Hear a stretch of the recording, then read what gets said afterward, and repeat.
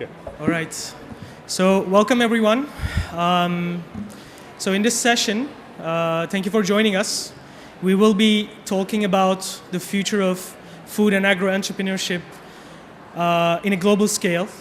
What are the trends? What are the best practices? The successful startups, and what are the potential challenges, and also the fields can the startups and entrepreneurs can actually tap in to build not local but also global businesses.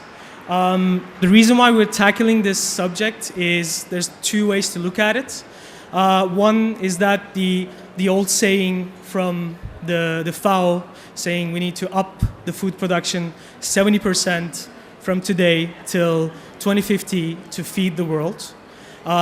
We can look at it as as a challenge, and we can look at it as an entrepreneurship opportunity to build better products and services to secure the future of food and agriculture in the world. So we have three great speakers today. We're going to talk about the future of food and agriculture and their examples and their story to it. Before we go into, I wanted to start with introductions, and to do that I'll start with me and then I'll pass the mic to you. So basically, I'm a co-founder of an organization called Kok Projekt. We build and design acceleration programs focused on food, agriculture, and water. What we do is that we develop these programs to empower and encourage food and agro-entrepreneurship, not just we're based in Istanbul, Turkey, not just in Turkey, but also in a regional and also international scale. And we've been working on this field for quite some time now, and we're building an international platform focusing on supporting these startups to build global businesses. So I want to pass the mic to Rami. He is the deputy manager and also the director of the BerryTech organization and the foundation, of course. Please introduce yourself. Thank you so much, Sami. So my name is Rami. I'm the Deputy General Manager of BerryTech. BerryTech is an entrepreneurship support ecosystem in Beirut. We have 3 incubators, 2 acceleration programs, 2 clusters, and a number of venture capital funds with whom we work within the group. And our focus is on supporting the economical growth of Lebanon by supporting innovators to start and scale their businesses. In 2016, we decided to launch a vertical that was new and the first time in the MENA region, which is a focused accelerator on AgTech, where we're looking at using engineering and technology to scale agriculture practices and agro-food practices in the region from Lebanon, from farm to fork. Awesome. Thank you so much, Rami. And Başak, could you introduce yourself to us? Good afternoon, everyone. My name is Başak, and I'm one of the co-founders of an R&D cooperative called D-Cube. We are trying to help circular economy innovative solutions, designing circular economy models and trying to integrate the solutions that we facilitate startups to grow, to link them with the industries, including the food industry as well. So I've been working on sustainability and sustainable development related issues for the last 15 years, and as we keep hearing that sustainable development goals will be providing $17 trillion market opportunities, we are trying to understand what kind of innovation can enhance sustainable development goals and also help markets to grow inclusive and responsible. Thank you so much, Başak. And Hans, could you introduce yourself to us? My name is Hans Kunisch. I am president of Savory Ventures. We work with startups in San Francisco that are working on the next generation of proteins. So we focus on clean meat all the way down through protein coming from things like crickets. We help companies that have an idea, and we help them raise money and get product to market. Awesome. Thank you so much, Hans. So I want to actually keep the mic to you. And since clean meat and also alternative protein is one of the hot topics right now all across the globe, with the news coming, these technologies starting working with, the fast food chains and building their businesses into in a bigger scale. So how do you see the future regarding the clean meat and alternative protein? And can you elaborate on that subject a bit more? Sure. So I think the first thing is no one has really defined what clean meat is yet. In the U.S., we see clean meat as something that is made in a lab, or at the same time, it can be something that is made from purely plants. Made in a lab means that it's coming from the cells of animals, and you're taking a cell from an animal, growing it in a bioreactor, and so you're basically producing that meat without the animal. But then you have two companies like Impossible Foods and Beyond Meat, and Beyond Meat, I think that's what you were just referencing. Exactly. They just put out their IPO paperwork. So if you are interested in this, I would heavily suggest go reading the IPO for Beyond Meat, and you'll really get to understand what the market's all about. But clean meat is something that is hasn't even really been defined yet. The FDA, which is a U.S. government organization, they haven't defined it yet. The USDA hasn't defined it yet. So we have a long way to go. The other problem with it right now is that it costs upwards of $60,000 to $70,000 US for 1 pound of meat. So there's a big jump there. So you've got clean meat, which is a cellular meat, and then you have the plant-based meat, which is Beyond Meat and Impossible Foods. That's what's in the market now. Last week, actually, Impossible Foods announced that they will be in Burger King, and so you can now get a vegetarian Whopper if you want to do that. I don't know the last time I even went to Burger King, yeah. But to the question of what's going to happen to it, it's not a question of if, it's a question of when, because you mentioned earlier, and we talked about this earlier, we have to change the way we eat. This is why I got involved in the business. It's kind of a binary choice. We either change the way we eat, or there's going to be a reduction of population, right?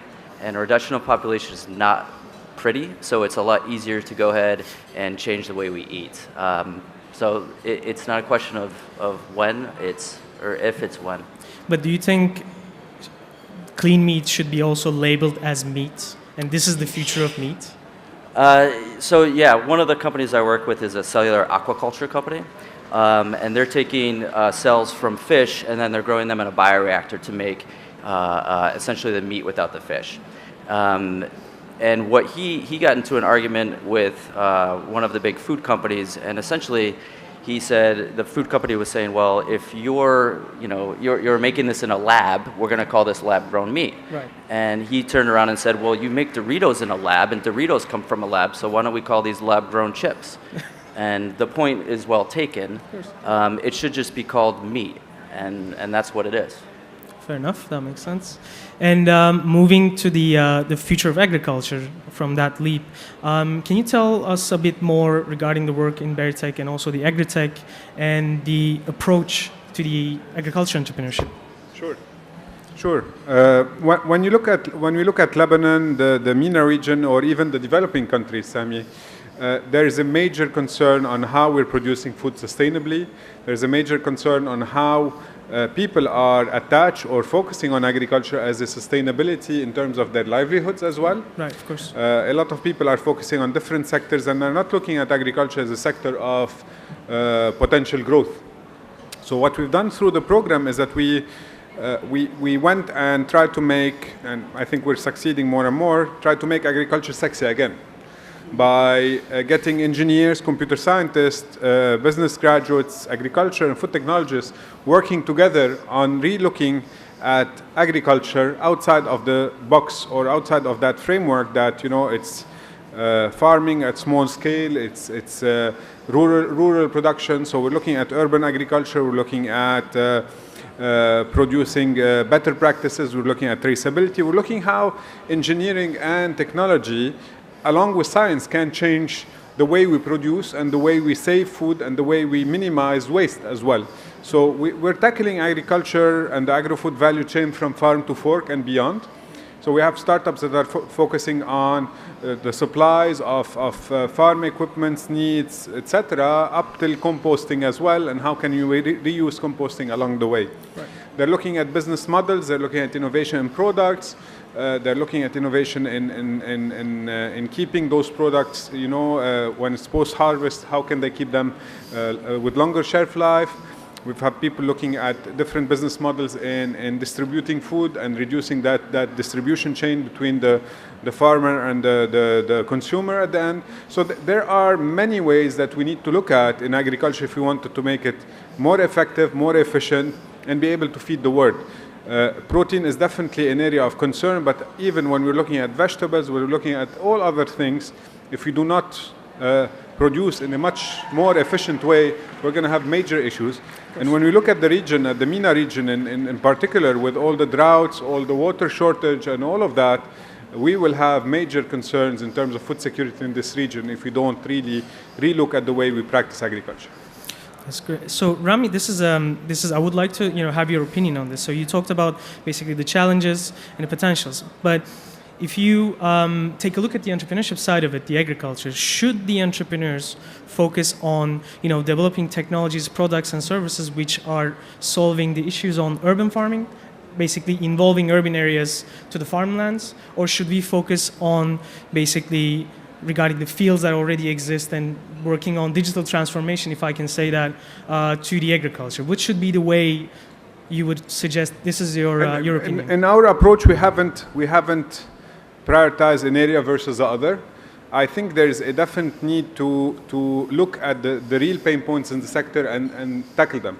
So when we're talking irrigation, for example, it's a major concern and we need to really look at it. When we're talking production, so I think farming in general, the practices of farming in rural areas, in valleys and so on, could be improved drastically if we improve access to knowledge, access to information, digitization of some of the platform, early detection and early warning systems for farmers, educational practices for them, reducing the gap and the uncertainty in terms of production, relooking at business models from insecurity to contract farming maybe in some areas, or smart cooperatives in another. So there are major things that needs to be relooked at. What I say, when we look at digitization of agriculture and we look at developing countries like the US and Europe, in those countries, agricultural lands are huge. Farmers are educated. Their problems are different than our problems. But if we go back maybe 15 to 20 years back, some of the problems that our farmers are facing now were their problems in the past. What we could do is that we can take some of those solutions developed at that time, put them in the right context using apps, digitization, and whatnot, and then try to bring more information and knowledge down to the farm level to be able to optimize production and improve, access to information, access to transferability, access to the move of products and resources between that value chain. That's great. So we talked about methodology in here, so I want to actually pass the mic to you, Bashak. Circular economy, if I can say that, circular is the new black, there's the motto.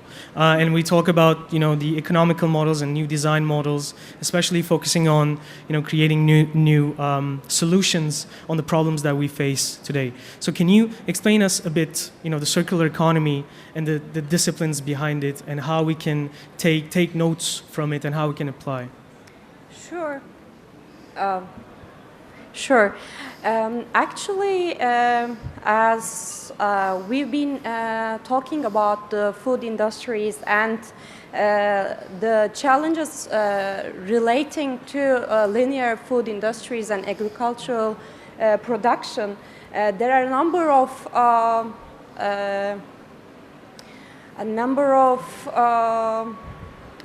innovation or a number of areas that we cannot define right now, as you just suggested, not legally, but actually we can't even define what is going to become like dietary switch, or what is going to be product reformulation, so urban agriculture. So there are a number of opportunities regarding to food and its adjacent industries, including agriculture, energy, even textile. And we believe that circular economy might provide good opportunities, and if we can increase awareness and understanding among the startup communities, and if the ecosystem enablers can bring this methods on the table and increase, help startups to increase producing new solutions, then maybe sustainability can be achieved. And so circular economy is quite an alternative of what traditional linear economy is. So traditional linear economy is how you make, use, and dispose. On the other hand, circular economy suggests that we need to keep resources in use as long as possible, and then extract the maximum value from them whilst in use, and then recover and regenerate products and materials. So, and to do that, actually, we need to focus on circular design, long-lasting design, maintenance, repair, reuse, remanufacturing, refurbishing, recycling. All these methods can extend the function of the product and the services, and then all the challenges we talk about today could become opportunity, could be fulfilled with opportunities. Awesome, of course. I want to stay in there. So we talked about methodology again and ecosystem. So I want to pass the mic to you, Hans. So when we look at the, so you're based in San Francisco. When you look at the food ecosystem in there, what is the hype, do you think, right now? Except, I mean, we talked about clean meat for sure, but what is the interest, the challenges, the potentials, and the ecosystem in maybe not just in San Francisco, but in general in US on food, of course? I mean, you use the right word, hype. There's a lot of hype. We have a show in the US called Expo West. I'm not sure if anyone's familiar with it, but it is the largest natural food show in the US. And over the past 10 years, I have watched the show double every single year. So the compounded growth of that to where it is now, it's completely outgrown its convention center in Anaheim. I think every year it has attendees upwards of 20,000 people. For a 3-day conference, and this is the hype that you're talking about. Exactly. Yeah. Everyone in the U.S. right now is looking to break something. They're looking to break big food. They're looking to break big ag. They're looking to break all of these old business models. There's a lot of capital available for these companies to do it. So the opportunities are ripe. It's a very frothy market, and valuations are high. And essentially all of these companies now have really outsourced their R&D. So General Mills does not R&D anymore. Mondelez doesn't R&D anymore. None of these companies R&D anymore. So what people look at now is really literally they just going up and down the grocery aisle and saying, oh, ketchup? We can break ketchup. And all of a sudden you've got $1 billion valuation based on ketchup. So the hype is very extreme. There will most likely be fallout probably in the next 10 years or so as things start to maybe settle down and people stop finding things to break. I think your question to accelerators? Exactly, that's where I'm going to. So what is the role, do you think, of the accelerators in this? And is it supportive? Is it not? It depends. So you and I were talking about this earlier. I think in the U.S. with accelerator programs, there's a lot now because of all the frothy availability for capital. There's a lot of, what has happened now is there's a lot of corporate accelerators. One I was thinking of that's probably the best example is actually Chobani, founded by a Turkish immigrant. Exactly. So corporate accelerators are now taking companies in. So Chobani will take in 10 to 15 people per year. They'll put them through a program. They'll give them office space and things like that. That's helpful. But there's also, at the same time, a lot of unhelpful accelerators that are just looking for equity. They're not really providing anything. So I think we're on the opposite end of the curve in terms of where some of the other countries are. We've got a problem of too many accelerators. that might not be providing a good thing. Yeah, I mean, in this region, there's not much, and that was actually the next question. So, Yeah. coming from the other side of the curve, the first, the agriculture cluster in Lebanon just established, which is Kut. Can you also talk about that, and what is the role of, the entrepreneurship programs, acceleration programs on food and agro-entrepreneurship? Sure. So what we launch as well through our program is we established a cluster for agri-food innovation. So we're looking at small, medium, large, and international companies based in Lebanon or have offices in Lebanon to collaborate together on accelerating innovation practices and accelerating their access to practices and scaling up their products and services and exporting.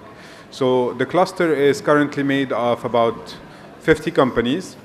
And their work is, what we provide them in terms of support is how to innovate in terms of product development, business modeling, and service development. And we work with them on creating linkages between each other. So within that cluster, we don't only have agro-food or agriculture companies, but we have companies in technology, in supply chain, in packaging, and so on.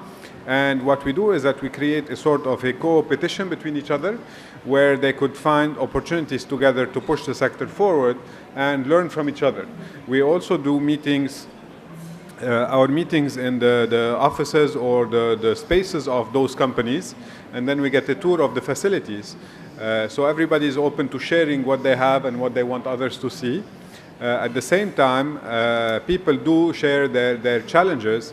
And then if somebody, let's say, is in the beer industry and somebody else is in the dairy industry, sometimes managing waste could be tackled from a different angle, knowing that sometimes experts are really focused on particular silos. So we've seen a lot so far, a lot of interest in accelerating innovation by getting people to observe, connect, be curious about what's happening, and then benefiting from expertise of people that are really focused on accelerating innovation. So that has been really helpful. And what we've done with that is that cluster is also somehow is playing a role as a godfather for those startups that we're supporting. So the startups that we have tend to have those founders of those companies to play a role in mentorship, sometimes buying their products or opening up doors for them through their connections. So all that plays a major role in sustaining that ecosystem that we talked about during this conference of creating really different players that add value to creating a sustainable ecosystem in the agri-food sector. And to continue on that, based on the experience and also basically if I can say that, the alumni system that you guys created in there, what is the most, the interest lies on, especially as the sector? So do we have, the more successful companies on the agriculture and agriculture technologies, or is it starting to get more interest on food as such, CPGs or other, the value chain technologies? So it's currently it's still a bit of a mix. We do not have a particular trend that we're following. One of the interesting and challenging issues in Lebanon is that it's a very small country. We're looking at 4.5 million people in Lebanon. So whenever a startup has to start, it has to look really at a global market and look how they can tackle it. So we really focus on startups that are looking at global problems. So this is where we have a bit of a concern when it comes to working with the local players that are producing food maybe locally versus a startup that's focusing on bigger things. So one of the startups we've had is working on biocoating for fruits and vegetables to extend their shelf life. So their market is definitely not Lebanon, but big players that do waxing to replace waxing with coating and so on and so forth. So we don't have a particular trend yet because we really focus on, one, identifying the entrepreneurs that have a passion for a particular cause and then working on it. Two, we validate that what he's dealing with is scalable and investable. And three, we make sure that the team is solid and have all the competency, or we surround him with the right competency to scale. So that's why we don't really focus on a particular, if you want, subsector of the value chain, but we work across of it. Beautiful. So talking about impact, this is the impact and basically creating a legacy. I want to pass the mic to Bashak. So you also had experience on impact, the entrepreneurship and creating impact through entrepreneurship for social integration, economic integration. So what do you see regarding the food and agro-entrepreneurship through the impact of it as the sector, as an entrepreneurship itself, in your experience? Sure. Actually, accelerating innovation should be responsible and inclusive to be impactful and to be sustainable as well. Since this pressure on global food systems is increasing, and in the next 30 years, actually by 2050, our population is expected to be increased by 1/3, and increase in the overall volume of food production and consumption is expected, of course.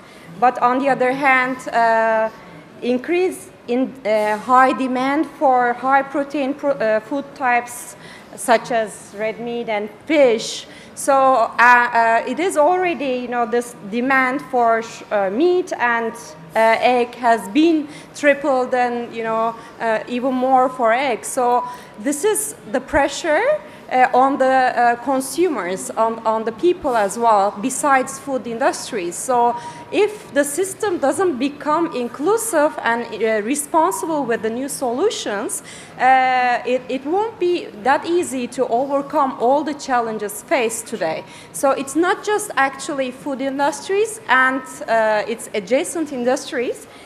Food system is interlinked to so many systems anyway, so it is going to affect energy, water, land use, climate, biodiversity, culture. So actually the way we're living will be changed negatively, and environmental causes will be increasing dramatically.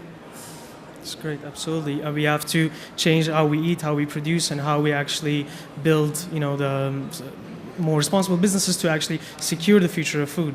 Actually, from the beginning, how we design, how we produce, how we use, how we reuse, and how we extend its function for the consumers and for different industries as well. Absolutely. So changing, basically looking a new way to the whole value chain. Exactly. So I want to, since we're talking about future of food, and I would love to hear actually your projections of the future. So one of the the sentences I hear maybe 2 years ago from a friend of mine was talking about future of the food entrepreneurship right now that we experience, and also the startups and all the technologies, just like the 80s of the 90s, back in the WW boom and all the technological boom that we were getting excited, everybody was actually investing on it. So regarding the food, maybe we're going to the trend, maybe we are in the trend.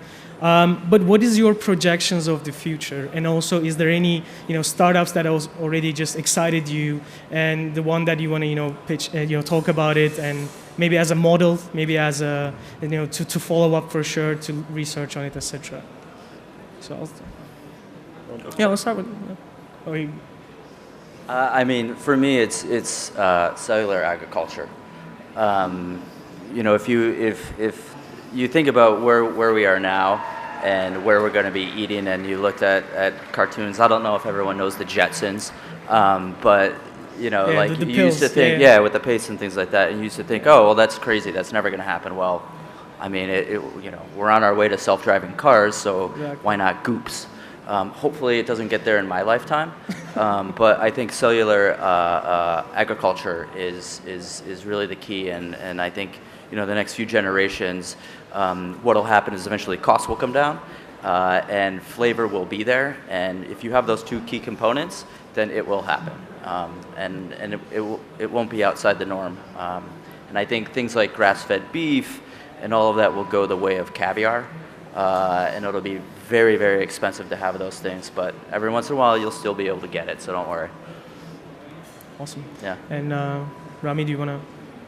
Well, it's very futuristic for me, the what Hans has said, but I know that we're getting there. So that's definitely one of the future passes of agriculture. But I think between now and then, there's a lot to be done along the way. There's a lot of deficiencies, inefficiencies along the value chains that have not been tackled.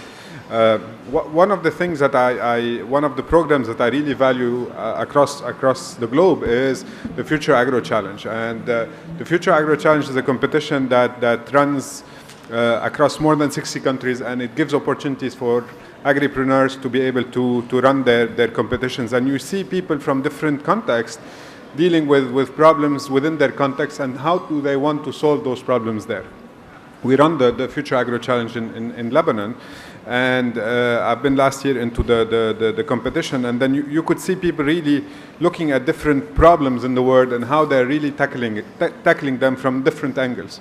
And I think that's quite impressive, how things are happening. Now, when you look at the region, or at least the developing countries, I think to solve those deficiencies and optimize the lives of those people, we need to work on different angles. And education is a major component. Breaking silos is a different component that we need to work with, and crisscrossing those skills of engineers and so on. One of the startups that I'm very fond of is working now on packaging. So we're talking about circular economy here, and we have one of our startups now focusing on creating a replacement for styrofoam using a mushroom mycelium base, and agriculture waste. So they're working on creating a product that's biodegradable, that has the same texture and physical properties of styrofoam. Another one is working also heavily on traceability.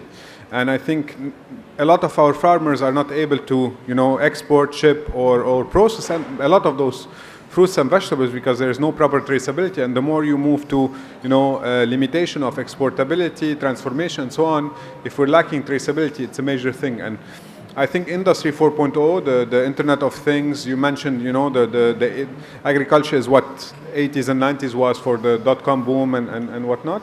I think Industry 4.0, the Internet of Things, and all the disconnected farms could make a major transformation to the way we operate, to the way we analyze data, to the way we transform, data points and activities into something that's meaningful, that we can use to accelerate the way we produce and how we produce it in a sustainable way. Absolutely. Wojciech, do you want to give an example on the as in a startup, or as in a company in that circular field? Or I have actually another question I wanted to ask you.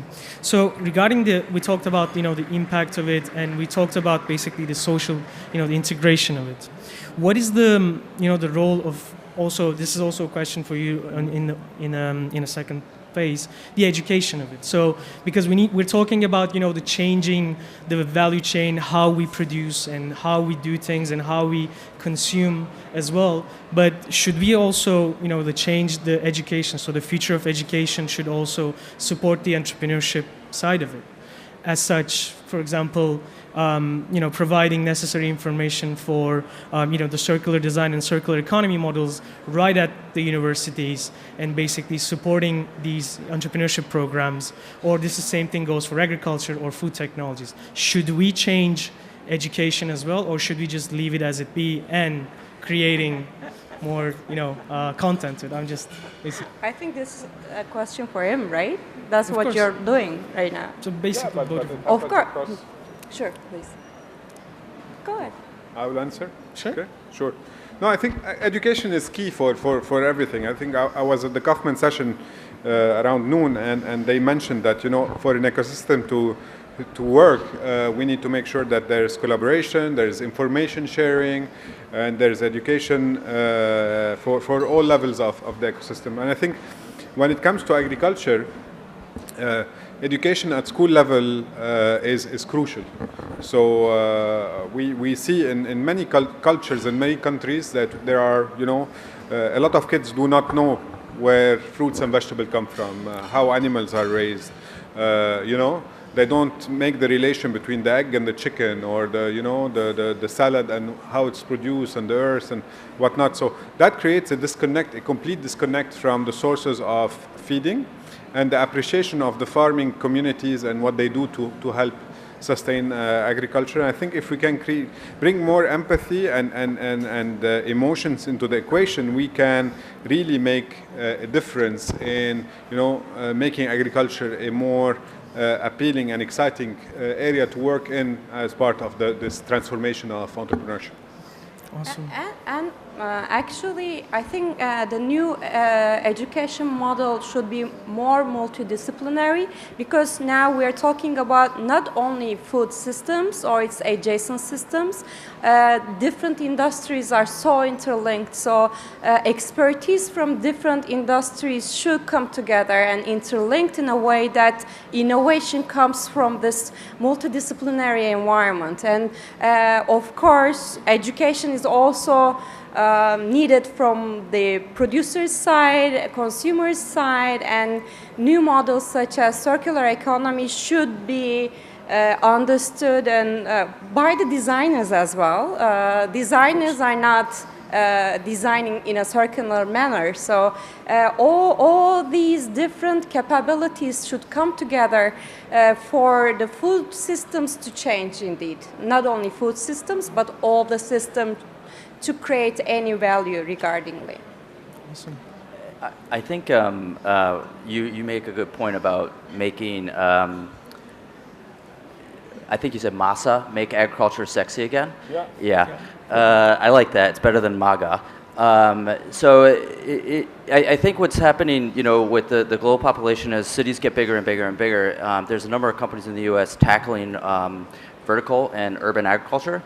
I think that would probably feed into MASA, making agriculture sexy again, because it's this really interesting combination of tech and agriculture, and applying those two fields that will be very interesting for younger people that want to get into that business.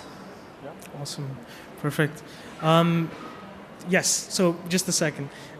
These were my questions, so we're going to pass in to the audience for the questions, but thank you so much for answering all of my questions. So do we have any questions from the audience? I see his hand before, so just a sec.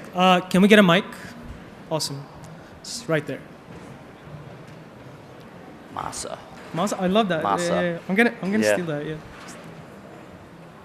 Imagine hats like that with a MASA. Hello. Hi, my name is Rachit Jain and I'm from India, and I'm pursuing class 12th. I'm a school student and I'm working in a startup in agriculture sector in India about rice husk ash. It's wasting in the 150 million in the India. We all know that in India is a bulk of the rice in rice production bulky, and I want to ask you that it's amorphous silica is a very good product, and it's largely acceptable in the very big industries like cement and everything, like we say mirror and shoe sole and many industries. And now from my data, we are exporting the silica, importing the silica from the many countries, and it's coming out from the soil, we can say. And in the last about 10 years, after 10 years, just many scientists are saying that by the soil erosion, that silica can't be extract from the soil, and the silica is present, amorphous silica is present in the rice husk, 90% in the rice husk ash, and I'm working on that, and I want it's like I want some help in this, and I came here about seeing what the startups can be help out, and I will be working on this product very far away. Probably. So you're looking for advice on how you can take your product and accelerate it, right? Yeah. So I mean, probably better for you guys in terms of what accelerators would be good to work with. Get into Y Combinator. Yeah, I think it would require a bit more discussion, me and you, maybe after the session, to understand more your needs and what type of acceleration mode you need, to understand where the science is, where are you in your development, and so on. Okay? Thank you. Awesome. Let's we have a next question right there. Just a second. Hi, good evening. Just wanted to check. I mean, like we've always all three of you all have mentioned about agriculture and its impact, and the good and the bad side part of it. Just want to kind of like check with you all, since all three of you are from the agripreneurship industry, and what's the emphasis that you all give on the moral part of agriculture?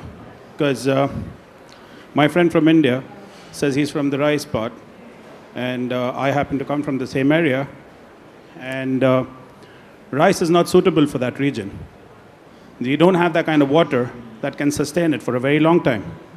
Californian almonds and Malaysian palm oil, examples are aplenty. So what sort of emphasis would you be giving to the moral part of this? Because when you're talking about sustainable, you're talking about a sustainable business, but then if the production is not sustainable, how sustainable would the business be? That's one. And for my friend, I think, who asked the question before me, you'll get your answer at KRBL India, because they're working on a project similar to that, so you can check there. Thanks.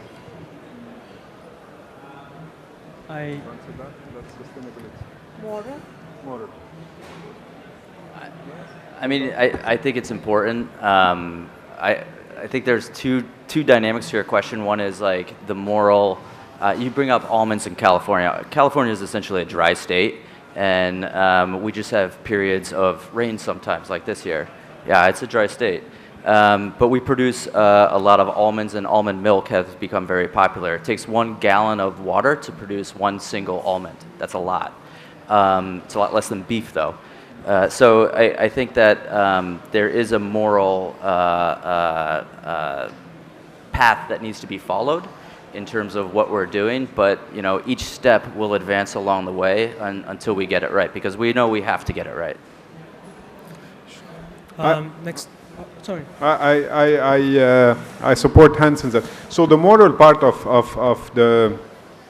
your question, I think it's crucial, and that should come in the hands of governments and people who support the entrepreneurship scene. In that case, I think it's important for people to understand that what they are doing has an impact on the environment, the society around them, and so on. And I think the more and more, investors are more aware of this.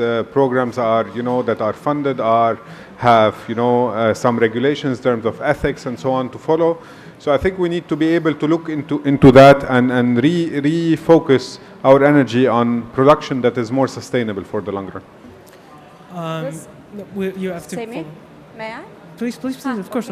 Sorry. So actually, all these shortcomings related to food systems raises this question regarding to morality and sustainability. So, for instance, 1/3 of all the food produced for human beings are wasted, and on the other hand, 50% of our population is hungry, and more than 2 billion people are obese or overweight.